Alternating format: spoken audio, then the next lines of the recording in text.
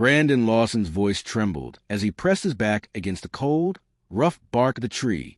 The wind hissed through the tall grass of the empty Texas field, and his breath came out sharp and fast. His phone shook in his hand, the screen light flickering as if the battery itself was scared. "Please, someone is chasing me," he whispered into the phone. "He's right there, he's—" A heavy, slow crunch of footsteps stopped him mid-sentence. Brandon froze. A shadow moved across the field, tall, dark, and walking straight toward him. Brandon swallowed hard, forcing his voice out in one last push. "They're coming! If anything happens to me, it wasn't an accident." Then the phone slipped from his hand. A pale boot stepped on it. Brandon looked up, eyes wide, mouth shaking. "You," he whispered. "Why are you doing this?" The figure leaned forward, face unseen in the darkness. Then a sudden scream cut through the night. Not from Brandon, from somewhere deep in the field. The shadow twisted its head sharply, like it recognized a voice. Brandon took the chance to run. He didn't make it 3 steps before. Snap! A branch broke behind him.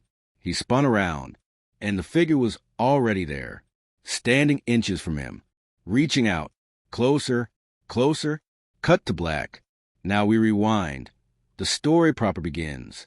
2 days before that terrifying night, life was normal for a 24-year-old Brandon Lawson. He worked long hours in construction, missed too many meals, and argued with his girlfriend, Erica, more than he wanted to. But nothing in his life hinted that he would soon vanish mysteriously in the middle of nowhere. On the morning before everything went wrong, Brandon sat outside his small apartment, staring at the sky as the sun slowly rose. It was quiet, peaceful, the complete opposite of what was coming. His younger brother, Kyle, pulled up in his old truck. "You good, Bran?" Kyle asked.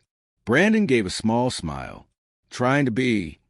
But behind his smile, his heart was heavy. For weeks, Brandon had been telling people he felt like someone was watching him. He didn't know who. He didn't know why.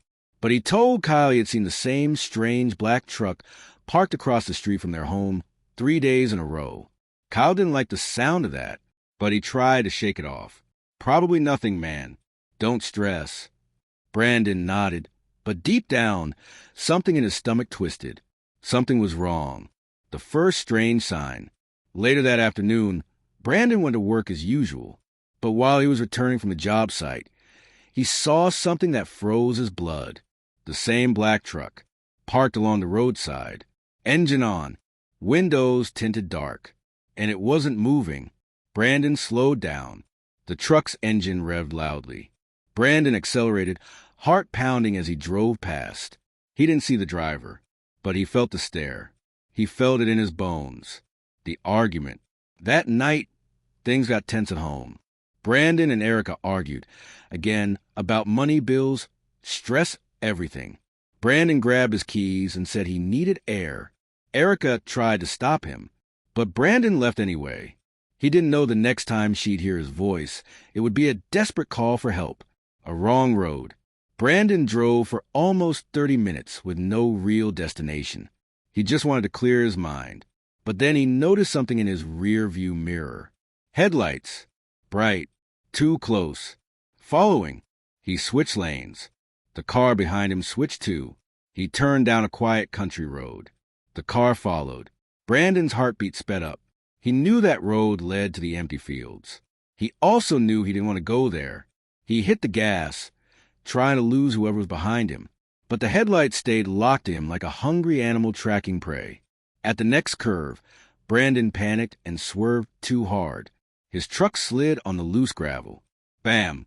The truck hit a ditch and stalled. Smoke puffed from the hood. Brandon tried to restart it. No luck. He cursed under his breath. Then he looked up.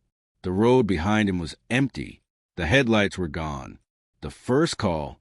Brandon stepped out of the truck and scanned the quiet darkness. He pulled out his phone and called Kyle. "Bro, I need help. Someone was following me. My truck stuck."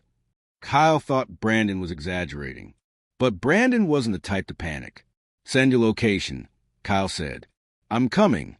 Brandon nodded, but his hands were shaking so badly, He dropped the phone twice. As he waited for the GPS to load, he heard movement, soft footsteps, in the grass, behind him. He spun around. "Hello? Who's there?" No answer. The wind blew lightly, brushing the tall grass. But the footsteps continued, coming closer. Brandon's breath hitched in his throat. That was when he saw it. A dark shape standing by the road, watching him. The second call, the scary one. His phone buzzed. "Kyle again. Bran, where are you?" "I'm almost there." Brandon's voice cracked. "Kyle, someone's here." "What do you mean someone's there?" I think they followed me." Kyle's voice sharpened. "Stay in the truck." "I can't," Brandon whispered. "He's too close." "What? Who?" But Brandon didn't answer. He was staring at the shadowy figure. It hadn't moved, but its head was tilted, as if listening, as if waiting. The stranger speaks. Then, in a deep, slow voice, the figure finally spoke. "You shouldn't have come here." Brandon stumbled backward. "What do you want?" The figure stepped forward. Just one step, but it was enough to send ice crawling up Brandon's spine. The less extreme event. Brandon ran back to his broken truck, locked the doors, and ducked down. His hands trembled uncontrollably. He peeked through the window. The figure was gone. The road was empty again. But Brandon knew he wasn't safe. Kyle was still 10 minutes away. And Brandon felt like he wouldn't last 10 more seconds. A soft tap came at his window. Tap, tap, tap. Brandon's stomach dropped. He slowly lifted his eyes to the glass. Nothing there. Then, something hit the truck's roof. Thud. Brandon screamed. He scrambled out of the truck and sprinted toward the open field, thinking maybe he could hide in the tall grass until Kyle arrived. But he didn't realize running into the field was exactly what the figure wanted. Brandon's mistake. The grass swallowed him. Every direction looked the same. He tried to stay quiet, but his breath was too loud. His phone buzzed again. Unknown number. He answered it without thinking. "Hello?" A whisper replied. "Stop running." Brandon's heart nearly stopped. "Who is this?" The whisper laughed softly. "You know who." Brandon hung up and tried to run faster. That was when he heard something new. Footsteps. More than one pair. Coming from both sides. He wasn't being followed by one person. He was being surrounded. The wind stopped. The night fell silent. Something touched his shoulder, and he jumped back with a shout. It wasn't a hand. It was a piece of torn fabric, caught on a branch. Black. The same kind of fabric the shadowy figure wore. Brandon dropped it and stumbled backward, terrified. And then a scream echoed across the field. A woman's scream. Sharp. Terrified. Real. Brandon's blood went cold. "Hello!" he shouted. "Who's out there?" No answer. Only silence. Brandon took one shaky step toward the sound. Then another. And another. Suddenly, a tall figure rose from the grass in front of him. Not the one from earlier. Someone else. Their face covered. Their hand holding something shiny. A knife. Figure stepped forward. Knife glinting in the moonlight. And grabbed him.